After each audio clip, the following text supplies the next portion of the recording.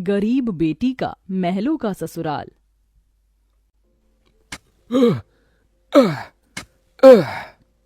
तपती धूप में वह गरीब किसान खेतों में फावड़ा चला रहा था। उसके माथे से तर तर पसीना बहे जा रहा था। तभी गंगा गमछा उठाकर पिता का पसीना पोंछती है। बाबा, आपके माथे से कितना पसीना बह रहा है, आप थक भी गए हैं, थोड़ी देर आराम कर लो, फावड़ा मुझे दो। गंगा को खेत में फावड़ा चलाते देख सेवक राम की आंख भर आती है। मेरी गरीब बेटी के जिन हाथों में मेहंदी लगनी थी, उन्हीं नाजुक हाथों से मेरी गंगा सख्त फावड़ा चला रही है। तू एक गरीब की बेटी को ही ऐसा भाग्य देकर क्यों भेजता है भगवान? एक गरीब के जीवन की सबसे बड़ी दुविधा बेटी को ब्याहना होता है। ये कहानी है ऐसे ही किसान सेवक राम की, जो बड़ा गरीब है। उसकी दो बेटी गंगा और अंजू हैं। यूं तो सेवक राम ने गंगा के लिए कई रिश्ते ढूंढे, मगर भला एक गरीब की बेटी का हाथ कौन थामना चाहता है। किसी तरह से उनका जीवन कट रहा था।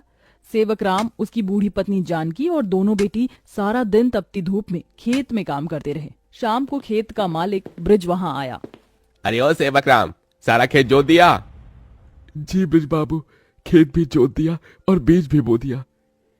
ये ले, तेरे परिवार की आज की दिहाड़ी 250 रुपए।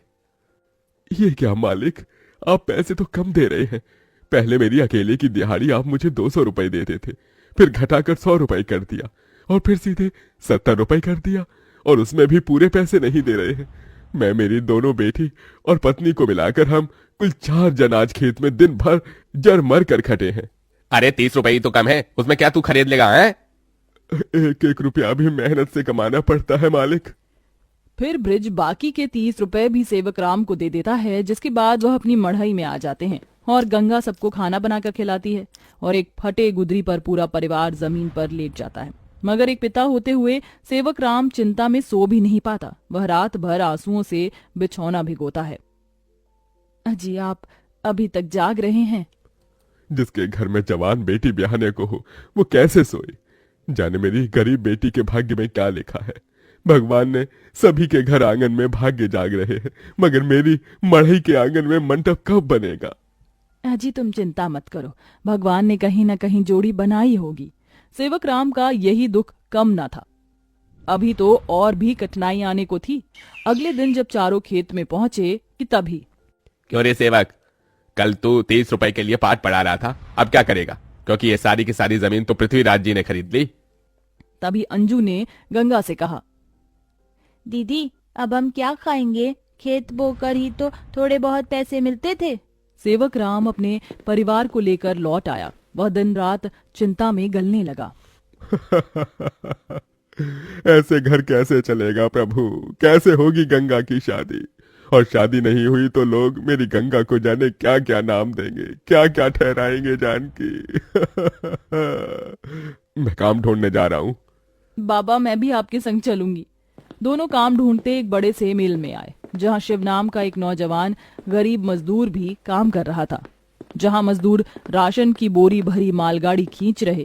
सेवक राम ने काम मांगा, दोनों को काम मिल गया। गंगा अपने पिता की बराबरी में काम करती। तपती धूप से अक्सर उसके पांव और हाथ में मालगाड़ी खींचने से छाले से पड़ जाते, तो वहीं घर आकर वह अपनी माँ का हाथ बटाती। आप ही अपनी चक्की पीसती, कड़ी धूप में सड़कों से गोबर बीन कर लाती, उपले बनाती।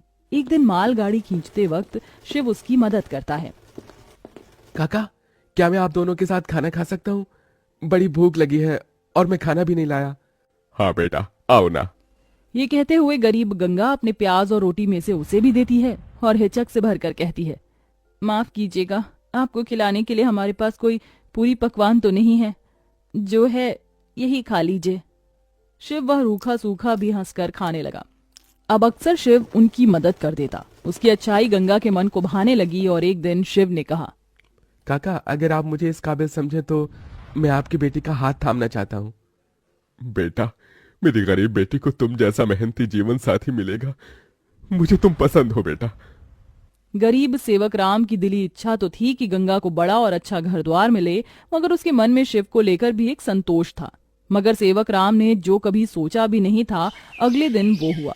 कई बड़ी गाड़ियां लाइन से उसके चौखट पर आईं और शगुन से भरी थालियों के साथ शिव अपने परिवार के संग उनके घर आया। उनके महंगे कपड़े लत्ते देख एकदम महलों में रहने वालों से थे। शिव के संग उसके माता पिता पृथ्वीराज, वसुंधरा और बहन योगिता थी। अंजू ने उन्हें देख तपाक से बोला, अरे बाप रे, ये तो राजा महाराजा से लगते हैं।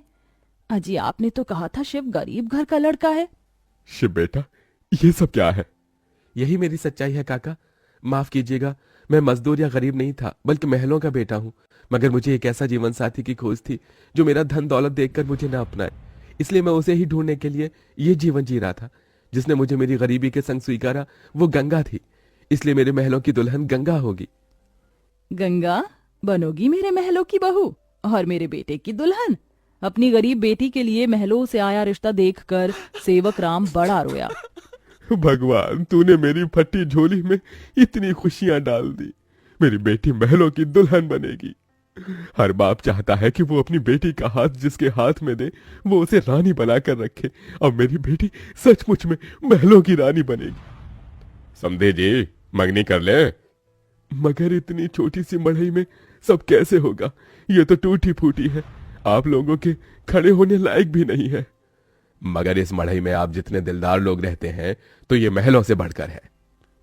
इसके बाद सेवक राम के छोटे से मढ़ई में उसकी गरीब बेटी की मंगनी होती है, जहां और थोड़े दिन के बाद बड़े ही धूमधाम के साथ गंगा की शादी होती है, जहां वह मंडप में मन ही मन कहती है, हे गौरी मैया, आपका धन्यवाद जो आपने मुझको मनचाहा वर दिया। इसके बाद गंगा विदा होकर अपने महलों के ससुराल में आ जाती है, जो दुल्हन के जैसा सजा हुआ होता है, जहां कई नौकर चाकर शाही अंदाज में उसके स्वागत में खड़े थे। तभी महंगे से लहंगे में ननद योगिता ने कहा, आइए भाभी, आपके महलों के ससुराल में आपका स्वागत है। जैसे ही योगिता गाड़ी से उतरती है, तभी नौकर चाकर थाली में फूल लिए खड़े उसके स्वागत में फूल बिछाए जाते हैं। जहां कल तक उसके पांव को कांटों की चुभन मिली थी, आज वह महल की दुल्हन बनकर फूलों में बदल चुके थे। जहां महल के द्वार पर सास वसुंधरा ने स्वागत किया, आओ हमारे महलों की दुल्हन, तुम्हारा स्वागत है। इस सोने की कलश को अपने दाहिने पांव से गिराकर अंदर आ जाओ। जी माँ। गंगा ने कलश गिराकर स्वागत किया। तभी ससुराल वालों ने उसे अनेकों तोहफे दिए। गंगा बहू, ये हार पिछले कई पुश्तों से हमारे महल में चला आ रहा है। अब तुम इसकी हकदार हो। भाभी, ये तोहफा मेरी तरफ से और ये तोहफा मेरी ओर से बहू। गीता दे रही हूँ, मैं जानती हूँ तुम इस महल का मान बढ़ाओगी। गंगा ने गीता को माथे से लगाया और फिर सास ससुर का आशीर्वाद लिया। माँ जी, बाबूजी, मुझे आशीर्वाद दीजिए ताकि मैं इस महल का मान निभा सकूं। सदा सुहागन रहो, जुग जुग जीती रहो। फिर गंगा विदाई में दिए अपनी गठरी को संग लिए शिव के साथ कमरे में आ गई, जहां आलीशान बड़ा कमरा, ऐशो मखमल का बिछौना और सब कुछ था, जिसे उस गरीब दुल्हन की आंखें देखती रह गईं। कैसा लग रहा है महलों के ससुराल में आकर? खुशी से गंगा की आंखें भर आईं। उसने कहा, यकीन नहीं होता, भगवान ने एक बार में ही इतनी खुशी दे दी। शिव, सब एक सपने जैसा लग रहा है। अब यही तुम्हारी दुनिया है। उस रोज जमीन पर सोने वाली गंगा मखमल के बिछौने पर सोई। अगले दिन वह नहा धोकर नीचे आई, जहां खाने की शाही मेज लगी थी और इर्द गिर्द नौकर खड़े थे। बहू बैठो, खाना खाओ। तभी नौकर ने गंगा को खाना परोसा। एक निवाला खाते ही गंगा को अपनी संघर्ष भरी जिंदगी और याद आ गई। उसकी आंखों से आंसू छलक गए। क्या हुआ गंगा बहू, खाना अच्छा नहीं बना? नहीं माँ जी, बहुत अच्छा बना है, बस ये सब खाने के तो एक गरीब की ख्वाहिश होती है। मैं बहुत खुश हूँ, बस चाहती हूँ कि हर लड़की को उसके सपनों का ससुराल मिले, जैसे मुझे मिला।